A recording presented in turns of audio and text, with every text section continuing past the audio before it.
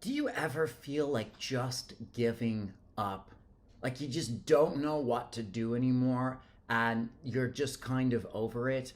In this video, I'm going to be sharing with you why this is a really good space to be in and exactly what you need to know to help navigate these very challenging and difficult situations. My name is Adam. Welcome back to my YouTube channel. Before we get started, I just want to let you know I'm doing a few free breakthrough calls. There's a link pinned in the comment section below. What is a breakthrough call? It's a 30-minute call where we get on Zoom and I just help you kind of troubleshoot like what it is that you're looking to create in your life and where you're blocked, stuck, what things are coming up and getting in your way, and then I can help you get to the bottom of some things you can do to help resolve whatever you have going on in your life. Feeling like you want to give up, feeling like you're ready to just throw in the towel, this can be such a painful space to be in. And I can't tell you how many times I've been in this space myself. Life is filled with so much uncertainty and so much fear, and we always kind of want to have some sort of blueprint or structure or plan or idea of where we're going, how to get there, and basically how to get life right. We all kind of want to know how to get it right. And because this would make us feel like we have some sense of security. But it's not always really the case.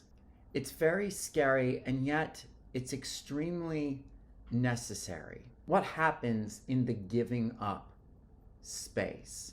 Most of our fear, if not all of our fear, as human beings, is that we don't have control. We're just afraid that we have no control over our life, over our environment, and over the situations that occur. And in many ways, this is true. And so we're constantly sort of grappling with trying to find something that we can hold on to, something that we can control, so that ultimately we can feel secure. And a lot of this boils down to basic survival.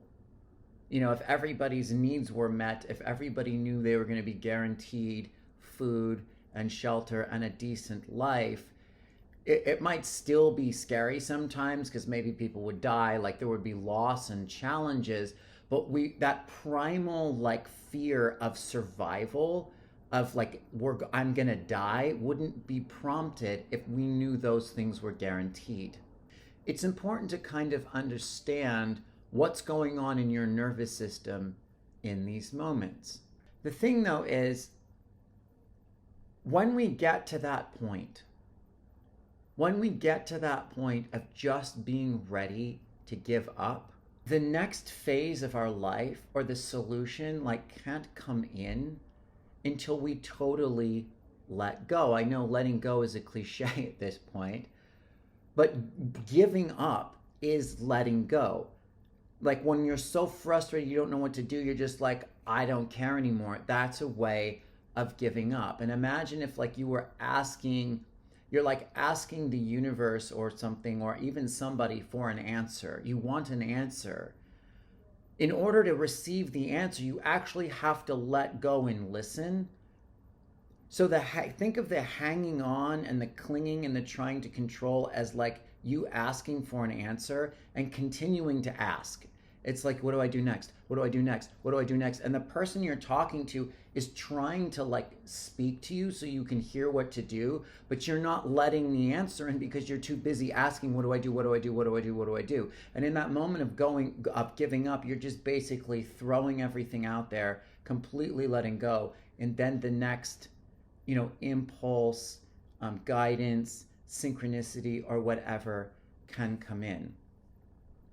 In fact, this is an important point to make. I struggled for many years with suicidal ideation, and a lot of times when things would get really, really bad, I would just go to I'm just gonna kill myself. And I'm not mocking anybody who does that. I'm mocking myself. This is what I would always do. And it took me a little while to figure out why I would always go to that. And it was oh, it's because when I tell myself I'm just gonna end it, It's like my sort of half-assed, like shadow version-y way of just letting go and surrendering. It's like, I'm done. I turn it over. Now, here's the really important thing to know.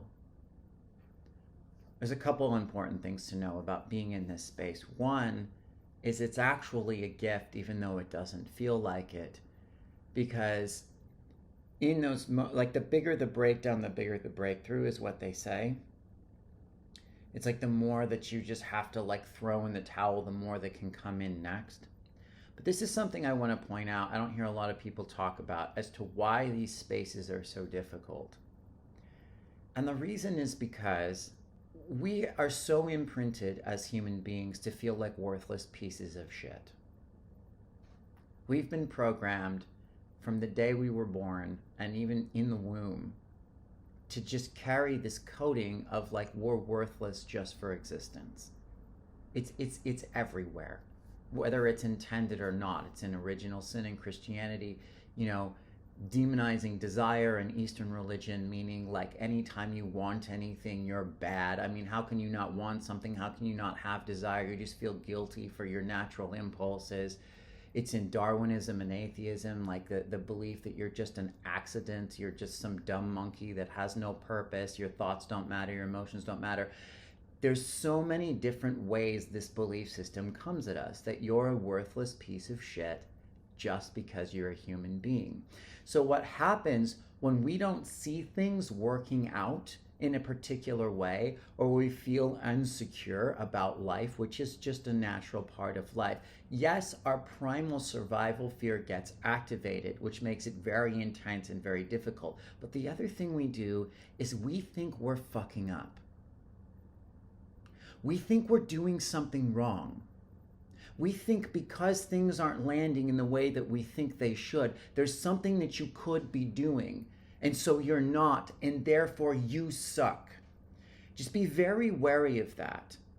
If you're making an effort, any effort whatsoever, do the best that you can to credit yourself with making that effort. It doesn't take all the pain and fear away, but it helps a lot. Become very aware of how much that fear and that horror feeling of like, I don't know what to do, comes from you thinking there's something you're supposed to be doing and you're just not getting it. You're not figuring it out.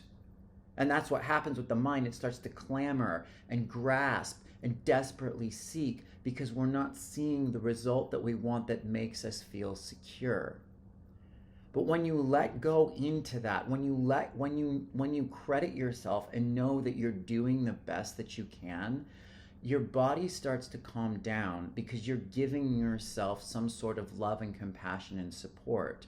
And when you do that, it's way easier to let go and turn it over. And also you're in more of a loving space, so you're in more of a trusting space, and then you start to draw in answers or situations or circumstances that will guide you, to the next level. And the other point to make is this. One of the biggest things, the hardest things in life is to know what you can control and what you can't. There are things that we can be doing, and maybe there's things that you could be doing. We tend to tell ourselves a story. If I did this right now, things would work out, but what is this? What is that thing that I need to do? Well, sometimes you just don't know. But the thing that you can control, the thing that you can always come back to, that you can control, are your responses.